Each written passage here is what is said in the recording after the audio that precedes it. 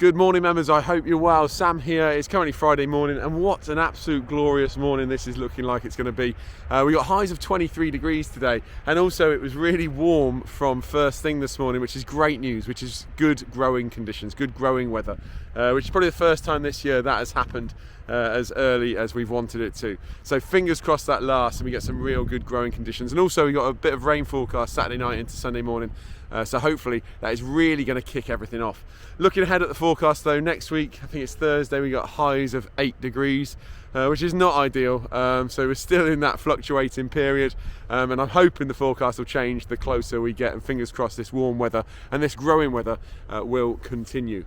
I've mentioned it before, but this time of year is a bit of a tricky one for all turf managers, just because the growth necessary isn't there.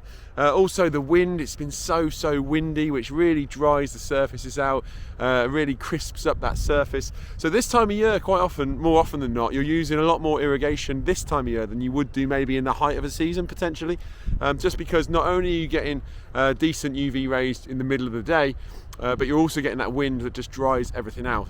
Now, frustratingly, that wind also interferes with the irrigation. So when an irrigation head comes up, the wind obviously affects the throw, affects the arc, and affects the efficacy of each individual irrigation head. But it's something we have to fight with this time of year every year.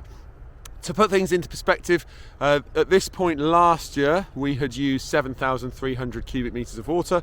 This point this year, we have used 5,300 cubic metres of water. So we're about 2,000 cubic metres better off in comparison to last year. Obviously last year, the summer sort of started 1st of March and then obviously continued until we got some rain in about August time. But yeah, so we're about 2,000 cubic metres better off this year. Like I said, obviously factoring in the wind, factoring in the decent weather we've had in the middle of the day, it does dry the surfaces out.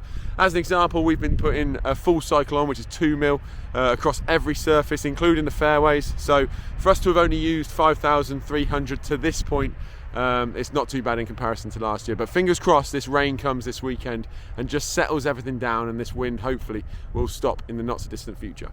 Out on the course this morning, we've got lots going on. As I mentioned, really real feeling of summer in the air this morning. So we're getting a full course cut done. We're cutting greens, cutting approaches, cutting runoffs, cutting fairways, and we're also cutting tees and doing a full divot out on the golf course as well, prepping the course for you guys to play today. And busy weekend ahead. Hopefully we'll see lots and lots of member golf out on the golf course. Obviously got a shotgun start on Monday, as it's bank holiday Monday as well, so busy period for us.